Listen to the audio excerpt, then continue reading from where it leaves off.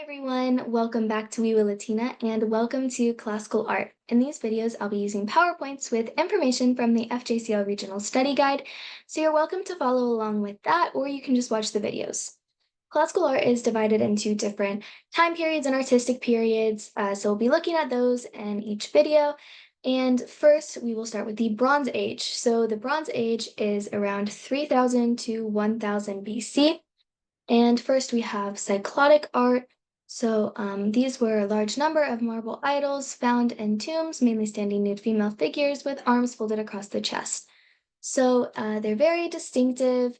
They don't have really any facial features except for a nose, the folded arms, and just not much detail, but a clear human form. Makes these pretty easy to single out as cyclotic art. And you'll notice that it says that they were mostly found in tombs, and you'll see this with a lot of classical art because the pieces that are still surviving, they were found in tombs because they were well preserved and then found at a later date in pretty good condition. And for a little bit of background, these are the Cyclades Islands, which are in the Aegean Sea, just off of mainland Greece. And it's all the islands in red. So it's a group of islands, and that's why it's called cyclotic art because it originated from these islands. Next, we have the Minoans, located in Crete. So again, just for frame of reference, we have the island of Crete. At the bottom of the screen, it's at the bottom of the Aegean Sea, and Knossos is labeled on there, and that was the capital of Crete.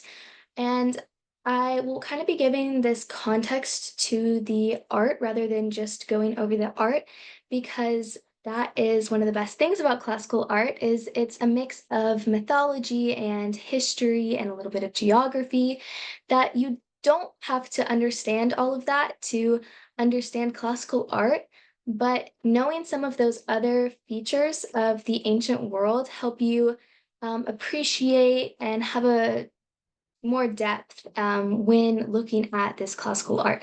So when we get into some stuff that depicts mythological scenes and historical scenes, you'll kind of get more of a taste for that.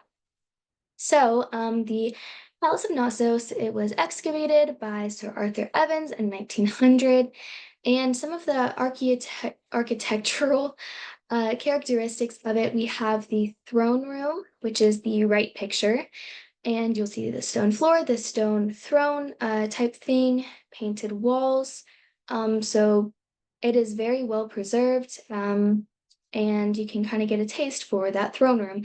And then we also have the downward tapering columns pictured on the left, and these are like the Minoan columns.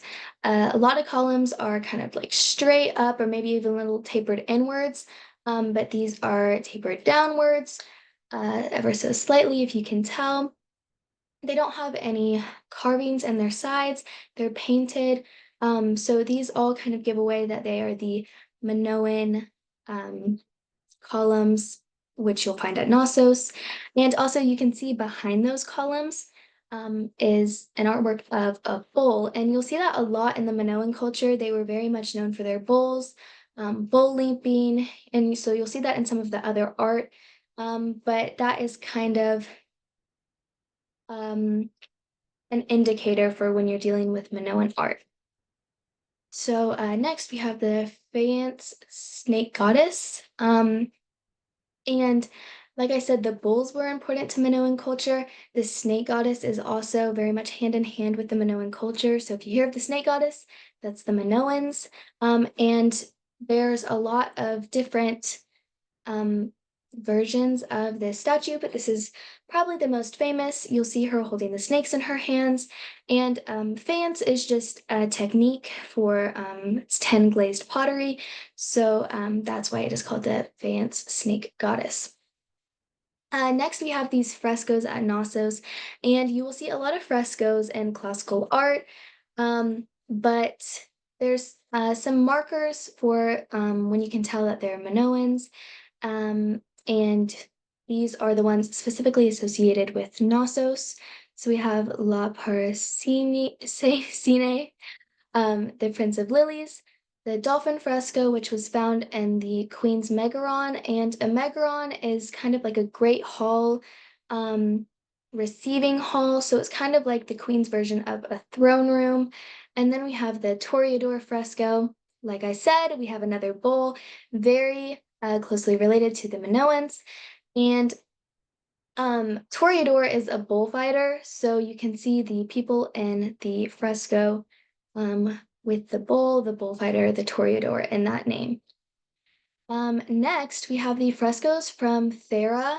It's ancient day Thera, modern day Santorini, and it's still the Minoan culture, but it is not on the island of Crete. So it's actually this own island, and it used to be a volcano, which is why it has this really interesting shape because this is the crater of the volcano. So you can see that on the left, and then on the right is what it looks like today. So it um, very much is like Mamma Mia, Greece, beautiful place. And it was kind of part of the Minoan culture, which is where we find these frescoes.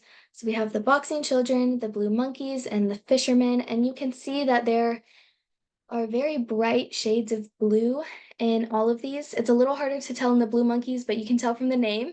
So you get these pops of blue in these frescoes as well as these from Knossos. So that is a good indicator that you're dealing with the Minoan culture there.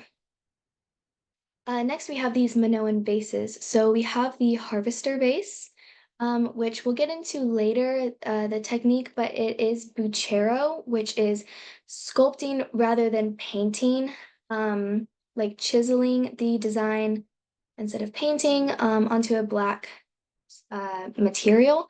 Then we have the octopus vase, which is not classified in some of the later classifications of pottery, like red figure, black figure, geometric, all of those. It's Minoan pottery. And then we have the bull's head rhyton, and a rhyton was a drinking cup, so you can't really tell from the picture, but is actually a drinking cup. Um, and again, another bowl. So now we will move on to the Mycenaeans, which were on mainland Greece, as you can see here. So, so first we have the city of Mycenae. So we have the Cyclopean walls, and this is when we're getting into some mythology here. So, the Cyclopes of mythology were the one-eyed giant creatures. And so these walls are called Cyclopean because these stones are so big that it is thought that, it would have taken giants to move and build the walls. Then we have the Lion Gate, where it's kind of surrounded by a Cyclopean wall, and then you can see those are two lions above the archway. And then we have the treasury of Atreus, which is actually a tomb, specifically a Tholos tomb, which is beehive shaped. Next, we have the Mask of Agamemnon, and Mycenae was excavated by Heinrich Schliemann. And so he was excavating this stuff and he found the Mask of Agamemnon and a shaft grave, which were like these vertical graves. And he it said that he looked upon this gold funeral mask, and he said, I have gazed upon the face of Agamemnon. And Agamemnon was a mythological Greek king who led the Greek forces to the Trojan War. So, is it likely that this is actually the face of Agamemnon? Not really, but it shows those influences of mythological and sometimes historical and kind of that melding um, and how it is perceived in the more modern day and in classical art. And then we have the warrior base, which again doesn't really fit well into one of those categories of painting styles, decoration styles that I'll get into later, but it is associated with Mycenae. Then this is a separate city. We have Pylos, and really it's just an ancient city. and it was excavated by archaeologist Carl Blegen, and that's really all you need to know about it. And then we have the Linear B tablets. So you can see in the picture, they kind of look like hieroglyphics. And this was the language of the Mycenaeans. So it was deciphered by Michael Ventris in the 1950s, and it had kind of a related language of Linear A, which was the language of the Minoans, and that has stayed undeciphered. So we have Linear B deciphered, but not Linear A, and Michael Ventris deciphered these Linear B tablets.